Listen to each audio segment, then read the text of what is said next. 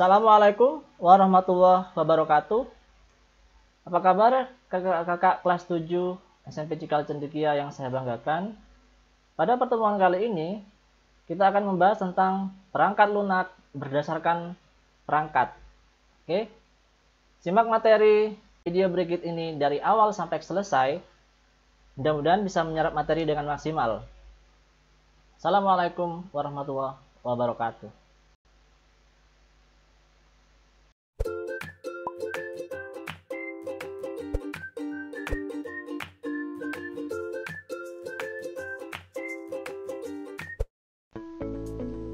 Pada tujuan pembelajaran kali ini, setelah mempelajari materi di pertemuan kali ini, dari siswa diharapkan dapat mengenal perangkat lunak berdasarkan perangkat, dan yang kedua adalah mengenal manfaat cloud computing dan penerapannya dalam kehidupan sehari-hari.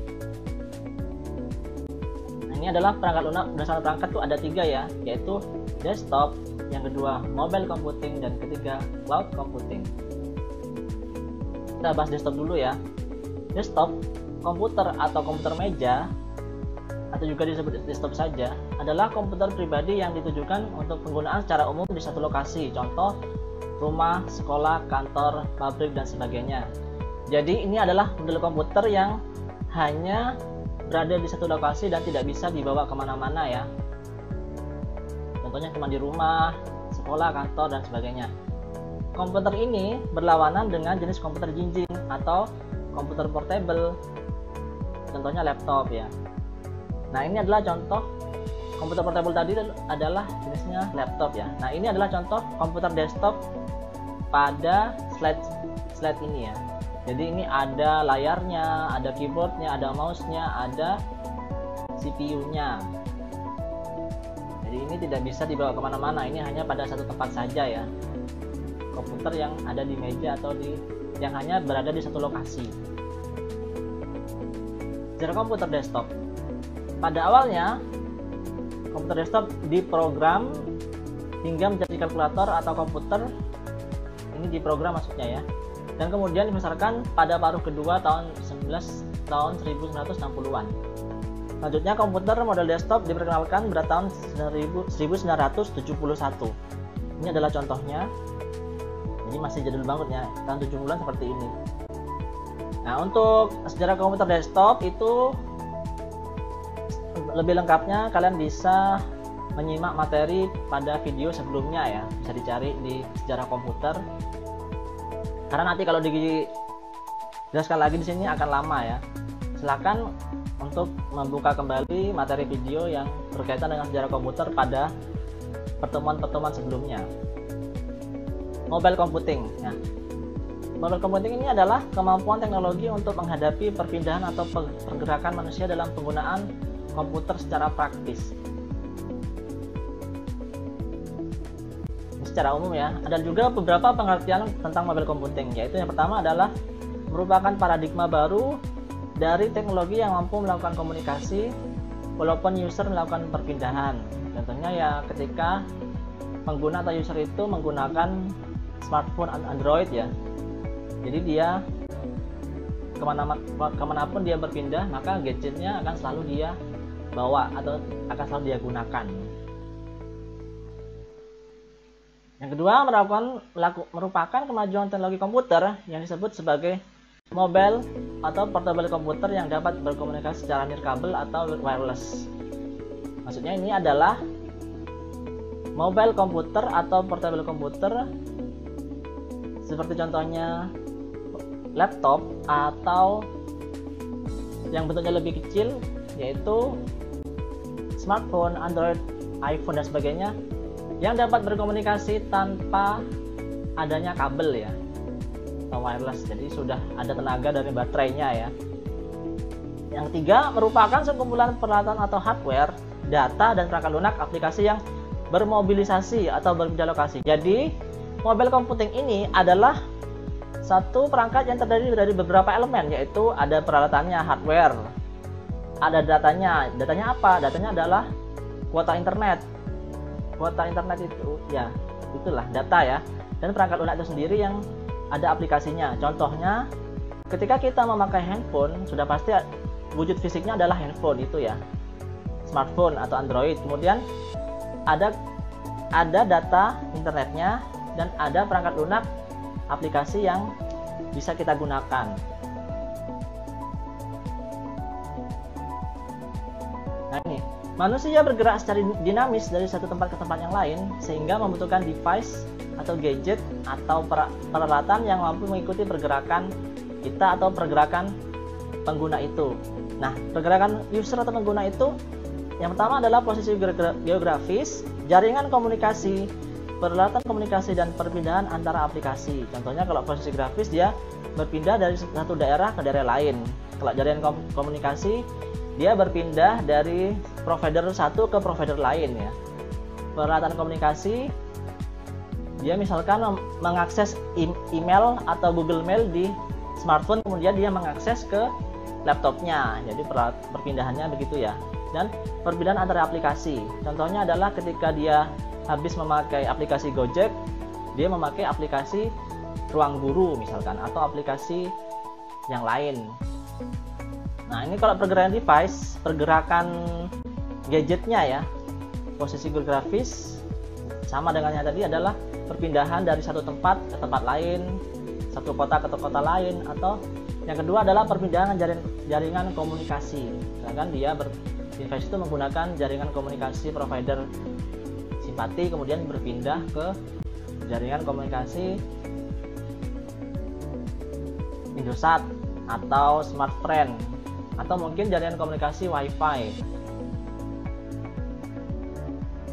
Nah, jenis mobil computing ini ada beberapa ya, ada laptop, wearable computer, IDE, smartphone, komputer, dan UMPC. Kita akan bahas satu persatu secara singkat saja.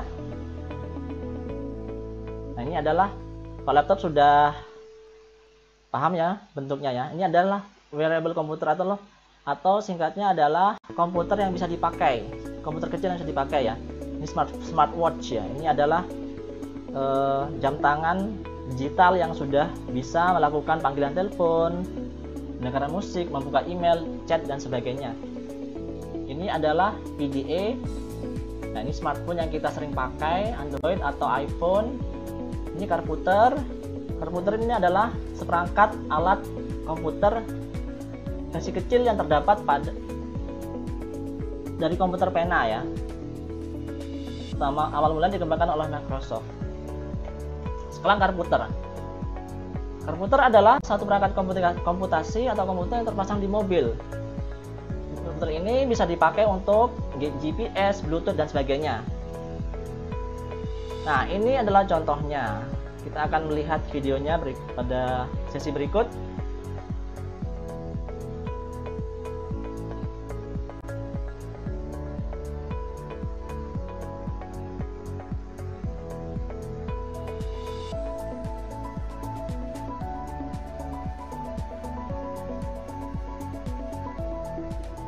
Nah, ini adalah contoh komputer itu ya, yang sudah terpasang di mobil.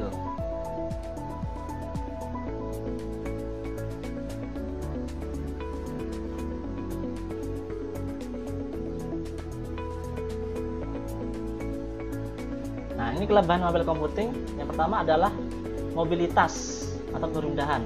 Dengan gadget di tangan dan koneksi internet, kita bisa tetap berkomunikasi dengan orang lain sambil bepergian ketika duduk di kendaraan dan tempat dimanapun di dunia. Ini sudah cukup jelas ya.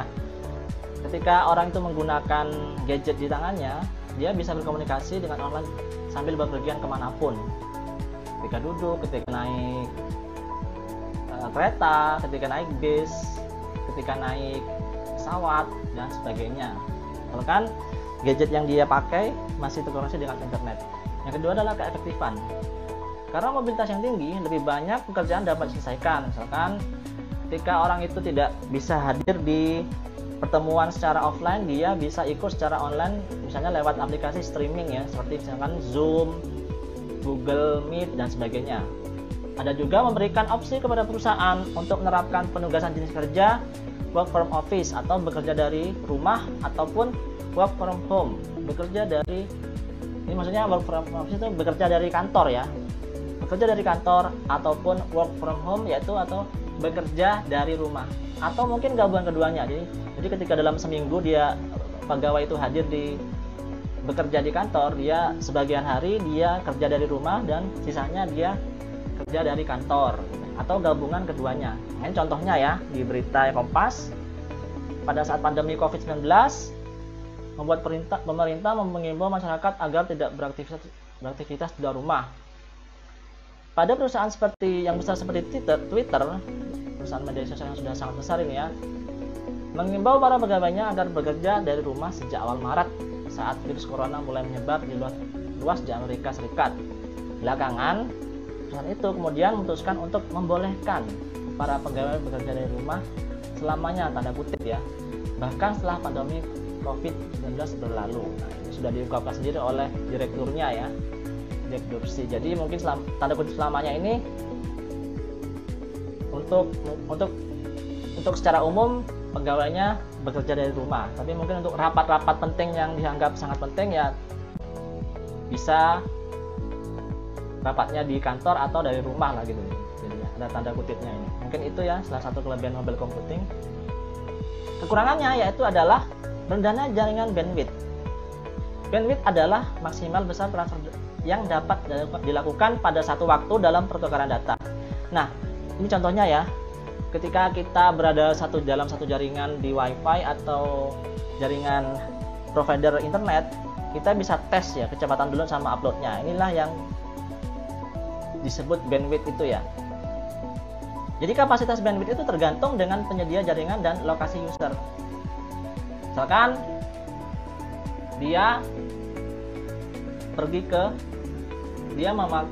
si pengguna ini menggunakan wifi di rumah sama dengan di cafe, sudah pasti berbeda ya. Karena kalau di rumah itu dia pakai sendiri, kalau di cafe itu sudah pasti akan dibagi besarnya data download dan uploadnya ini ke semua orang yang ada di situ yang bersama-sama mengakses internet. Nah, ini misalkan ini kalau di rumah seperti ini. Kalau di cafe bagaimana? Dia tergantung bagaimana kecepatan internet di cafe itu dan juga bagaimana dia wifi di cafe itu membagi kecepatan download dan uploadnya kepada semua pengguna atau pengunjung di cafe itu. Jadi jaringannya ini terbatas karena dibagi nanti ya kalau penggunanya itu banyak. Yang kedua adalah koneksi yang lemah. Pengguna atau user sering terputus dari jaringan. Hal ini mungkin terjadi karena beberapa alasan, seperti gagal sinyal, jangkauan sinyal yang kurang luas, dan penyebab lain. Jadi koneksi yang lemah itu disebabkan juga karena misalkan si pengguna ini berada di kampung atau di kaki gunung ya, otomatis jangkauan sinyal lemah karena jauh dari tower pemancar jaringan itu. Semakin dekat dengan tower maka semakin bagus koneksi internet. Jadi semakin jauh jangkauan sinyalnya juga semakin menipis. Jadi koneksinya jadi lemah gitu ya. Ini karena lokasi dan penyebab seperti itu ya. Konsumsi tenaga. Nah, mobile computing itu sangat bergantung pada daya baterai, sudah pasti ya. Ketika baterai menipis, maka